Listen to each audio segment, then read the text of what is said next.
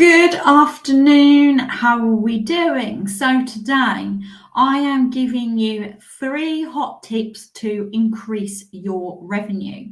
One of the things I am seeing, particularly at the back end of last year and beginning of this year, is that there has been a significant dip in sales. And when I have spoken to a number of clients, they're still feeling ultimately the impacts of COVID, where pre-COVID sales were all-time high and they're taking some time to be able to recover. So I wanted to give you some quick wins that you can really start to look at in your business to try and increase that revenue. Now, number one, and this may seem like a really obvious one, but the amount of times I'm seeing where businesses are not doing this, it shocks me, if I'm honest. So number one is reviewing your pricing for your products or services, whatever you're doing, looking at, okay, is there a way in which you can increase them? And I often have conversations with clients where they're fearful of doing this, especially in the current economic climate, because they're worried if they might then end up losing clients or customers. The thing is every business at this moment in time, their outgoings have increased, whether it's the cost of fuel, whether it's the cost of electric, whether it's the cost of materials, whatever it is, everybody's business has had a knock-on effect in terms of the increase in expenses. So it means that the profit margin has reduced. And the only way in which you can start to reclaim some of that back is by increasing your pricing. So one of the ways in which I would suggest you do this is it is important to know what your competitors are doing and what your competitors are charging. But the other part of it is it's about understanding the value that you bring to your customers. Because actually sometimes your competitors may be charging low, but their target audience is different to yours. So they may be targeting businesses that are on the lower end of the spectrum, so they then charge lower costs. But if you are targeting businesses or customers that are at the higher end, it means you can charge higher, and it's understanding the worth. It's also looking at what are the services you are actually offering and looking at what are the services which are the most profitable. So if the ones that are more profitable, are you aware of what they are? And are you then focusing on trying to sell those specific services? I'm not saying you stop offering the lower end, but a quick way to be able to increase those sales is by actually focusing on selling the higher margin and the higher profit margin services or products, and ultimately increasing the pricing of those, but making sure that it's a price that you feel comfortable with. Now, ultimately, whenever you sell anything, it is about the value that you provide. It's not just about what the service is. So when you're looking at pricing something, it is about understanding the value and the result that you get at the end of it. So think about that when you're looking at your pricing, right? The second thing is consider running a promotion, whether it's for a month, whether it's for a couple of months, whether it's a spring promotion, whatever you want to phrase it, right?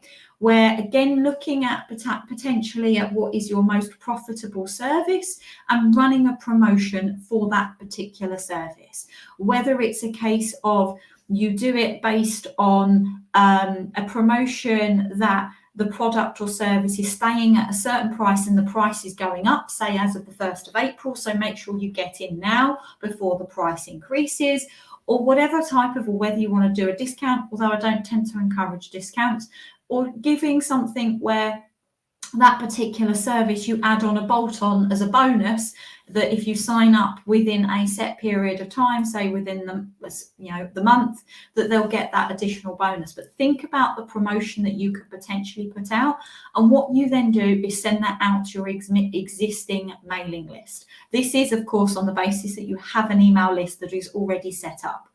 And this mailing list could be in terms of existing clients that might not have that service yet, or it could be a list of people who've potentially made inquiries with you or leads that you've had that you could then put a blast out in terms of your email list and regarding this promotion, and basically setting up a sales call.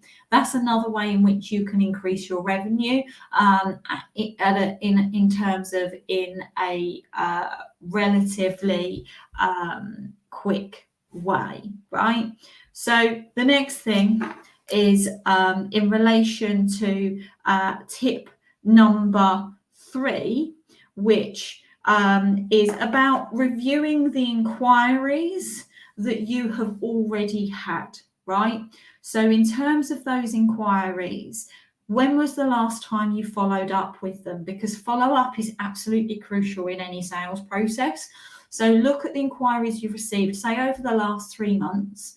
Obviously, it depends on the type of industry that you're in as to what the time frame could be. So, you know, some things, if there are quick decisions, then looking 3 months, if they haven't taken you up, then it might be irrelevant. But generally look about 3 months back. Who could you then pick up the phone and have a conversation with? And the thing is this conversation isn't necessarily about immediately turning it into a sale, but it's also a feedback conversation. So, you know, the first thing you're doing is you're finding out is, you know, if you haven't already, confirmed that they've received whatever quote you've sent out to them. Ask them, have they got any questions in relation to it? And even if they don't have any specific questions, then ask them in terms of, you know, what's holding them back from proceeding. Now, they might turn around and say, oh, we've gone to an alternative supplier.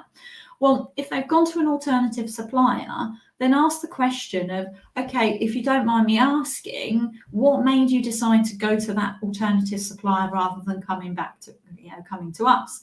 So you're then getting valuable information. So even if you don't get the sale from them, you're understanding the reason why, and you can then make necessary adjustments, whether it's a case of creating content out there that addresses these things that would have potentially made sure that they came to you.